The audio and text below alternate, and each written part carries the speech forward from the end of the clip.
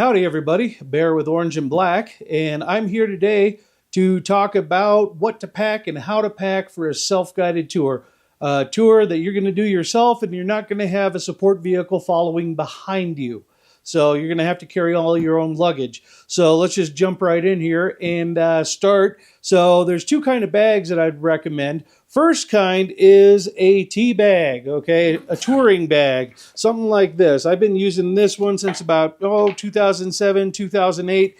This goes on the luggage rack of the bike, or it goes on the back seat. Since it's usually just me, I just put this on the back seat, and it makes a great backrest too. So makes those long distances easier to do. They have a lot of room in them. You'd be surprised how much you can actually fit inside that bag. I can get about 6 days worth of clothes and everything that I need for a long tour in this one bag, and it's great.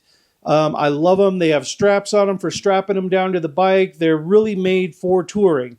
And the other bag that you can get away with, and I've done this in the past, let's get this one, is a travel-on size bag, a carry-on size bag.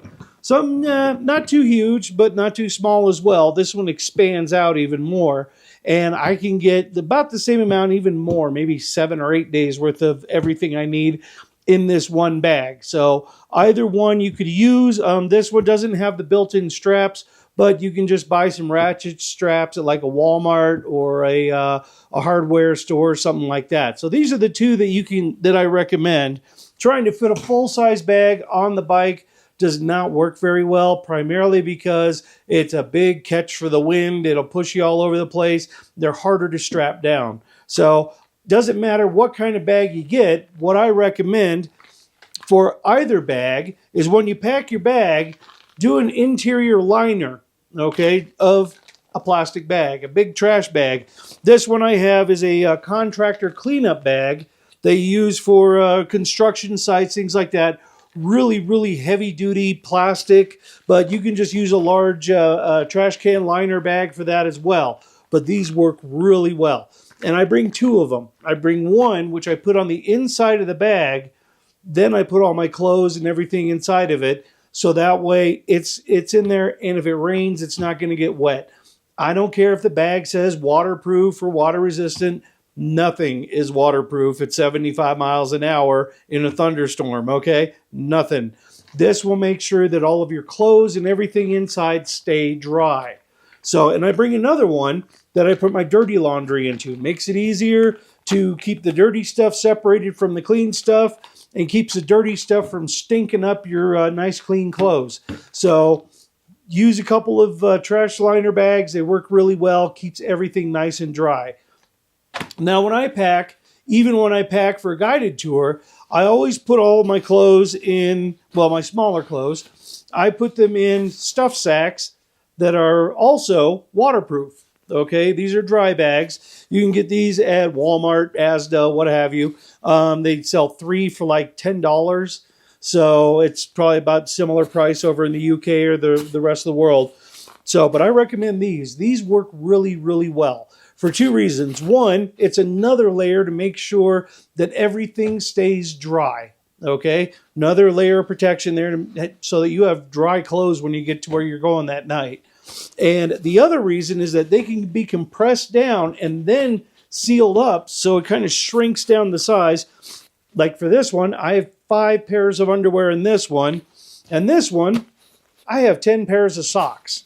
And I'm able to squish it down real good and get them all compressed nice and tight so I can fit a lot in my bag, more than you would if you just threw them in there on your own.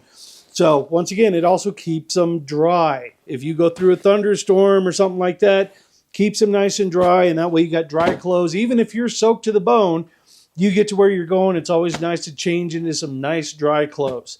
So for bringing what you're going to need, depending on the length of your tour, you're going to want to bring anywhere from 4 to 5 pairs of jeans, okay, or riding jeans. I recommend Wrangler jeans. They're about double or almost triple the thickness of the Levi's or other ones. They're just really well made. They're really heavy, thick denim. The way Levi's used to be, that's Wrangler. So look into these. And when I pack them, I fold the jeans, okay? And I just fold them in half and then fold them in half again, put them in the bag, okay? As for the t-shirts, bring half as many as you think you're going to need. Mainly because you can just buy them as a souvenir as you go along. So that way you're not carrying a whole bunch over when you come over and you got room for some of your riding gear. But also you get a great souvenir and clean laundry. So you got a great souvenir and clean laundry when you head home. And you'll have room in your bag to bring stuff home. So what I recommend for doing your t-shirts is don't fold them like you do the jeans. Okay, don't fold them. I recommend rolling them up. So you just fold them in half, tuck the sleeves in, fold them in half, and then roll them up. And you can roll these things up really tight. Especially if you get a nice hard surface, you can roll them up really tight. There you go. So that way you've got that. And then you can get, in my touring bag, I can get about 10 to 12 t-shirts in there, as well as 4 to 5 pairs of jeans, my socks, my underwear, a couple pairs of shorts, and my toiletry bag, all in that one touring bag. So I can get a lot in there. I even use that on my guided tours as my personal luggage. So roll up the t-shirts makes a huge difference in how much luggage room they're going to take up. So that's what I recommend for doing that. Bring what you're going to need. Anything you bring, try and make sure that it has more than one purpose. I usually, if I'm on my own, I usually will pack 4 or 5 pairs of jeans, about 8 or 9 t-shirts, and then I also bring a long sleeve t-shirt, okay?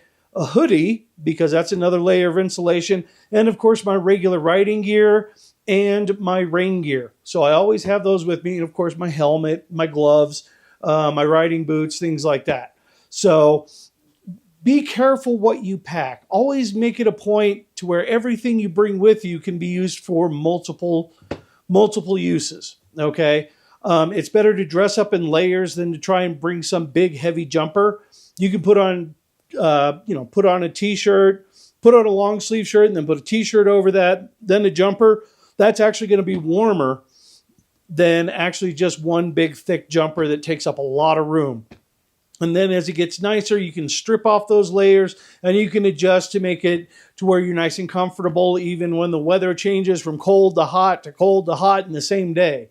So bring what you're going to want to bring and leave some room in the bag for t-shirts that you're going to want to buy along the way. And of course for a few souvenirs too. So those are the bags that I recommend. That's just a little hint on packing. Remember, try and keep it simple. Keep it simple. Try and bring over as little as you need. Almost all the hotels over here have self-service laundry, just coin-operated machines somewhere in the hotel, unless it's a really posh, fancy one. Then they're going to want to do the laundry for you and charge you a small fortune for it. Look for the hotels that have the self-service laundry. You can always start it when you get there, and then just before you go to dinner, take it, put it in the dryer, go to dinner, come back. When you're done, it's dry. So it's a really good way to do it, and that way you don't have to carry a lot. You just do laundry a couple of times, even if you're over for a couple or even a few weeks. So those are my suggestions on how to pack for a self-guided tour. So, and of course, don't forget things like an iPad, the charging cables, things like that. But once again, try and have everything do double duty. Okay, you can get chargers over here for the US that work, and they have 4 or 5 USB ports on them so that you can just plug one into a wall, charge your phone, your iPad, your computer, everything, your cameras, everything else that you brought with you. So try and have everything do as much as possible in the smallest space possible. So that's about it. If you have any questions or want to know anything else, feel free to get in touch with us. We'd love to help you out. And until next time, remember, keep the rubber on the road, the shiny side up.